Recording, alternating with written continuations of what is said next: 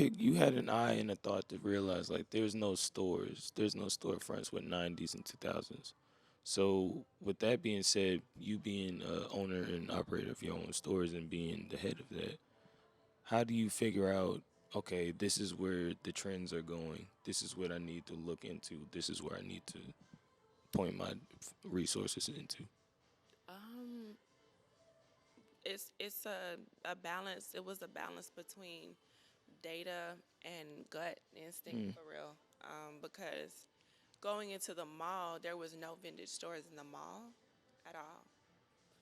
I thought my stomach was growling. It might be. Sorry, I said that on here. It's Now you very early, good. y'all. This man got me out here. Listen, we working.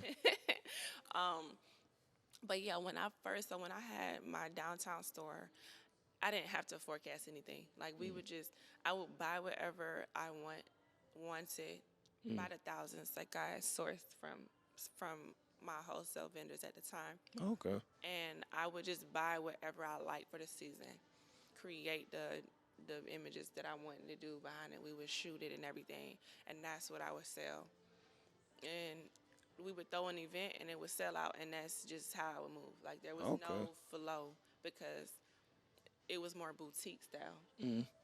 After that, I had that stuff for 2 years, and after that, I wanted to go into the mall because I felt like there's nothing in the mall for people who don't want to wear the same type of thing. Yeah. And there was no one-off vintage stores that had that type of traffic, And I thought, dang, if I could go to a mall or come in town and hit the mall, and there's like a fashion store for real Mm. that's like operating at that capacity, yeah, with that quality, I want that. So I did the work to really press the mall, and the first store I had with Simon was very like they were nervous. Like I Mm. ain't gonna hold you. Like they didn't get it. They didn't know. Oh. They didn't understand.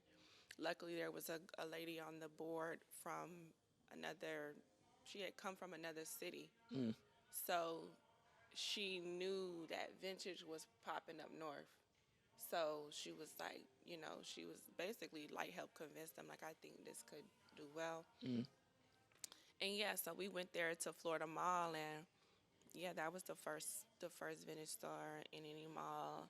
I know not in their portfolio, but definitely down south. And we kind of built a partnership from there, um, to consider doing other stores Mm. in there, like Vegas and Toronto and in other markets that they had that were like on the verge, like Orlando kind of was. Yeah. So forecasting there is like, well, first of all, you have like 200,000 people walking by the mall every day. Mm. You open every day, whole different ball game. Like I couldn't just buy what I wanted and sell out. Like we had to keep a consistent flow. We couldn't sell out. You can go broke, and we did. Like it was people don't really know that, but like that store pulled my edges out because we had such a big first week Yeah. that we really needed to close the second week. Like we Mm. really needed to like Wow. re up. Like I just didn't expect us to sell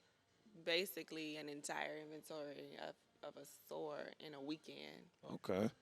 So it was a good hard lesson on it was a good hard lesson on learning how to keep a flow Yeah. in clothing, and that you need money to have a business because that was the first time I really needed investment capital